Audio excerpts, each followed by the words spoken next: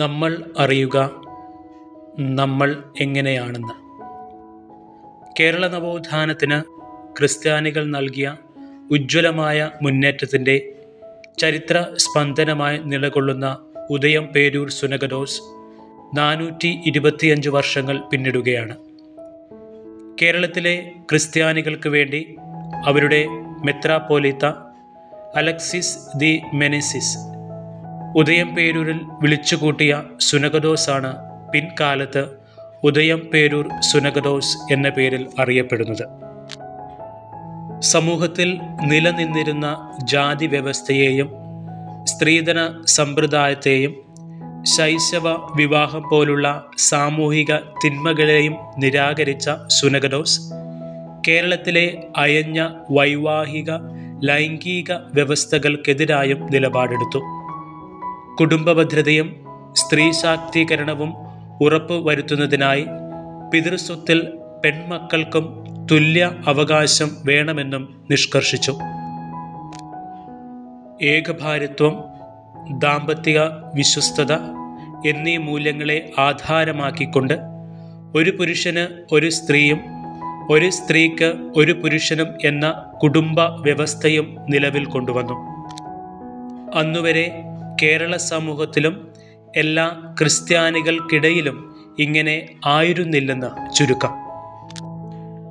വിശ്വാസപരമായി ക്രൈസ്തവർക്കിടയിലുണ്ടായിരുന്ന ജാതകം, ജ്യോതിഷം, ആഭിചാരങ്ങൾ തുടങ്ങിയ അന്യമത ആചാരങ്ങൾ പിന്തുടരരുതെന്നും ആഹ്വാനം ചെയ്തു. ഞായറാഴ്ച വിശുദ്ധ കുർബാന കടമുള്ളതാക്കിയും പൗരസ്ത്യ രീതിയിലെ പിഴമൂളൽ ഒഴിവാക്കി കുമ്പസാരം കൊണ്ടുവന്നതും കൃത്യമായി 7 കൂദാശകൾ വ്യക്തമാക്കിയതും ഈ സുനകദോസാണ്. സാമൂഹികമായി ജാതി വ്യവസ്ഥയും അനുബന്ധ തൊട്ടുകൂടായ്മയും തീണ്ടിക്കൂടായ്മയും ജാതി ചിഹ്നങ്ങളായി കുറിയും കുടുമയും വരെ വച്ചിരുന്ന ക്രൈസ്തവരെ അതിൽ നിന്ന് വിലക്കി.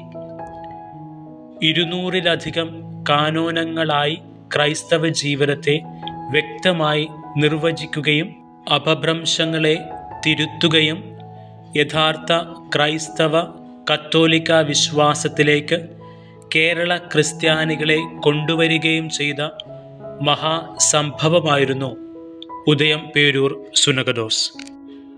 പൊതുസമൂഹത്തിലും ഭരണത്തിലും ശക്തമായ സ്വാധീനമുണ്ടായിരുന്ന ക്രൈസ്തവരുടെ ഇടപെടൽ സുനകദോസിലൂടെ പൊതുസമൂഹത്തിൽ വ്യക്തമായി സ്വാധീനം ചെലുത്തുവാൻ കാരണമായിട്ടുണ്ട്.